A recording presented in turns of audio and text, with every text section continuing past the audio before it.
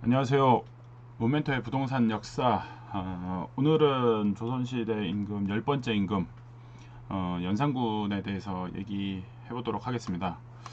지금 여기 이미지에 보이시나요? 연산군 묘도 네이버에 검색하면 연산군 묘 이렇게 나오고, 그리고 연산군을 했던 배우들 얼굴, 그리고 연산군의 묘의 위치 이렇게 되어 있습니다. 연산군이 묘가 어디 있는지 모르시는 분들이 또 상당히 많고, 그와 관련된 부동산 투자와 연결된 것들 한번 오늘 얘기해 보도록 하겠습니다. 이건 이제 간신에 나왔던 김강호 배우의 모습이고, 연산군을 표현한 배우들이 상당히 많죠. 역사에서 연산군에 대한 드라마틱한 인생 역정이 이제 반영이 되다 보니까 영화로도 드라마로도 많이 이게 나오기도 했죠. 그래서 이제 연산군. 근데 연산군 하면 떠오르는 단어들이 뭐가 있냐면 폭군, 그리고 페류나 뭐 이런 단어들이 나오기도 하는데, 그리고 왕의 남자 이런 키워드들이 떠오르실 겁니다. 근데 과연 연산군이 그렇게 우리가 알고 있는 막장이었을까? 아니면은 진짜 처음부터 막장이고 끝날 때까지 막장이었을까? 한 번쯤은 좀 생각을 해볼 필요가 있을 것 같습니다. 역사는 승자에 대한 역사를 기록을 한 거기 때문에 이 부분에 대해서도 한 번쯤은 되돌아보면서, 그런 것들이 또 한편으로는 어떤 결과를 낳느냐, 부동산 투자에서는 꼭 잘된 것들에 대해서만 회자를 돌고 남는 경우들이 있어요. 근데 사실 우리가 알지 못하는 이면에 괜찮은 투자처들, 이런 것들도 있다는 거를 한번 좀 생각을 해보면 그냥 흘려 지나가지 않았나, 놓치지 않았나, 이런 것들에 대해서도 한 번쯤은 생각해 보면은 좋지 않을까 생각이 들기도 합니다. 그래서 오늘 연산군 관련해서 간단하게 처음에 1편은 연산군 관련된 내용을 좀 간단하게 얘기를 좀 해보도록 하겠습니다. 연산군은 많은 사람들이 알고 있으면서도 또 모르는 경우도 있지만, 조선시대 최대 성군이라고 하는 성종의 아들이기도 합니다. 첫째 아들. 그리고 어머니는 패비윤씨가 어머니이기도 하죠. 근데 결과적으로 이 지금 이 째려보는 눈빛, 이런 광인의 모습이 될 수 있었던 요인 중에 하나가 결국 어머니의 패비윤씨의 죽음에 의해서 시작이 된 거죠. 그러면서 많은 변화들이 생깁니다. 그리고 우리가 알지 못했던 것 중에 하나가 어떤 것이 있냐, 보면은 연산군은 처음에는 어, 자기 어머니가 폐비가 된지도 몰랐고, 그리고 추후에 음, 중종 반정으로 왕이 됐었을 때 중종의 어머니가 본인의 어머니로 알고 있었던 적도 있습니다. 그 정도로 이 사실을 이제 숨기면서 그렇게 지내오기도 했죠. 그러면서 이제 이 알게끔 그러니까 이 중종의 어머니가 자기 어머니라고 믿게끔 할 정도로 여러 가지로 저기를 트릭을 많이 써놨죠, 왕실에서. 그러다 보니까 이제 결국에 이게 뒤에 터지면서 많은 사람들이 죽게 되는 일이 벌어지기도 합니다. 연산군 하면 또 대표적인 게 어떠한 일이 벌어지냐면, 대표적인 것 중에 하나가 사람들이 잘 모르고 있는 것 중에 하나가 있는데, 연산군 하면 폭군이라는 이미지와 더불어 또 이 사화라는, 한국사에서 이 사화에 대한 내용을 모르고 지나갈 수는 없죠. 근데 이 연산군 때 이제 사화, 두 개의 사화가 벌어집니다. 그래서 무오사화와 갑자사화가 벌어집니다. 갑자사화. 그러니까 쉽게 얘기해서 어, 화가 발생을 한 거죠. 좋지 않은 일이 발생을 하게 됩니다.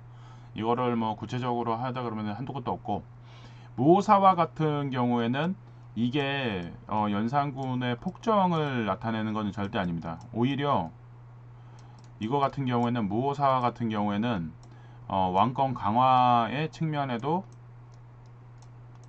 노력을 많이 했던 게 연산군입니다.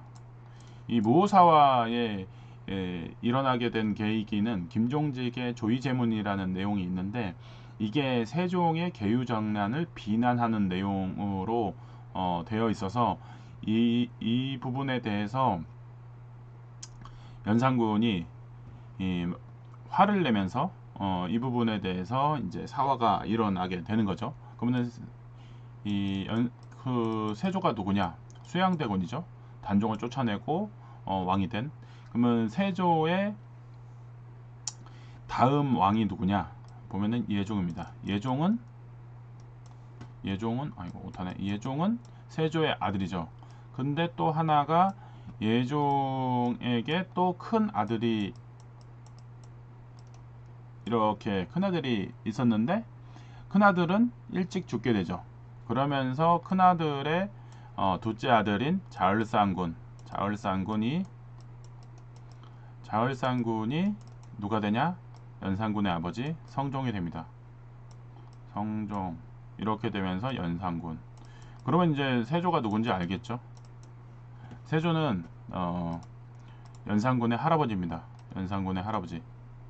연산군의 할아버지인데, 이 연산군의 할아버지는 세조를 욕을 하는 상황이 발생을 하니 이거를 가만히 두질 않고 왕권 강화의 목적을 연결이 되면서 결국에는 무오사가 발생을 하게 됩니다.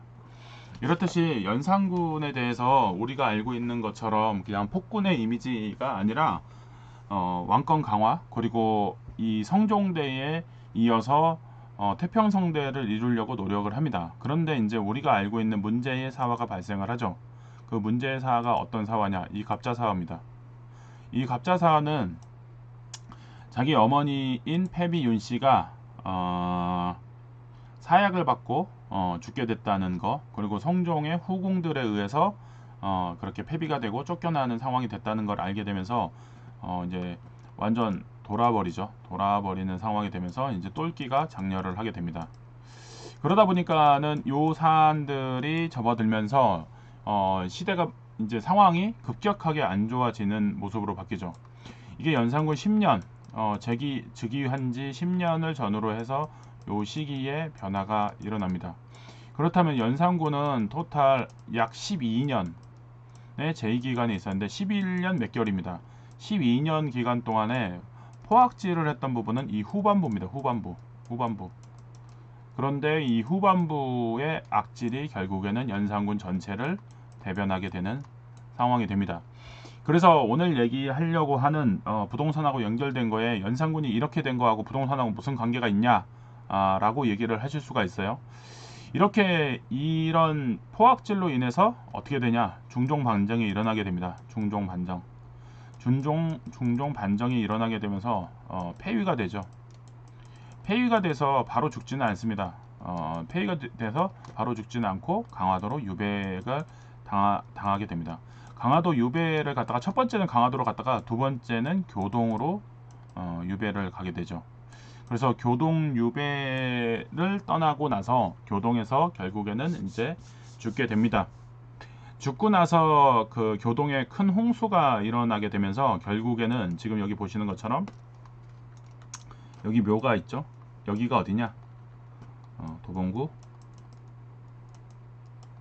방학동입니다. 방학동. 네. 이제 부동산으로 슬슬 연결되는 거가 보이죠? 방학군이래. 방학동입니다. 방학동에 투자할 만한 게 뭐가 있을까? 투자처에 대해서 한번 얘기를 해보도록 하겠습니다. 그러면 이렇게 이제 가기 전에 그냥 놓고 가면은 좀 아쉽죠? 그대로 이대로 쭉 가기가. 그래서 이대로 가기가 좀 아쉽기 때문에 그러면 연산군이 유배 갔던 지역인 교동을 한번 보도록 하겠습니다. 여기 연산군 이렇게 치면은 유배지, 연산군 유배지 치면은 이렇게 나옵니다.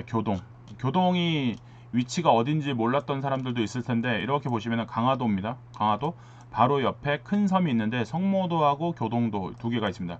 교동도는 어디냐? 지금 여기 보이시나요? 북한? 네. 북한 바로 접경 지역에 있는 데가 교동입니다. 이 교동 지역에 유배를 당했고, 그리고 처음에는 죽었을 때는 이 지역에 묻혔다가 큰 홍수가 나면서 이쪽 방학동으로 이전을 하게 됩니다. 방학동 어디냐? 여기입니다. 방학동 이렇게 이전을 하게 되니 연산군묘는 여기 있습니다. 여기. 연산군묘가 왜 안 보이냐? 화산군 이연묘인데 연산군묘가 여기 있는데 여기 있다. 연산군묘가 이쪽으로 이장을 하게 됩니다. 연산군묘 여기 이제 보이시죠? 이러면서 서울 지역에 연산군묘가 이동하게 됩니다. 그래서 지금 도봉구 방학동에 연산군묘가 현재 있습니다. 그러면 이들 지역에 대한 투자 지역 어떻게 되는지 계속해서 이어서 얘기해 보도록 하겠습니다.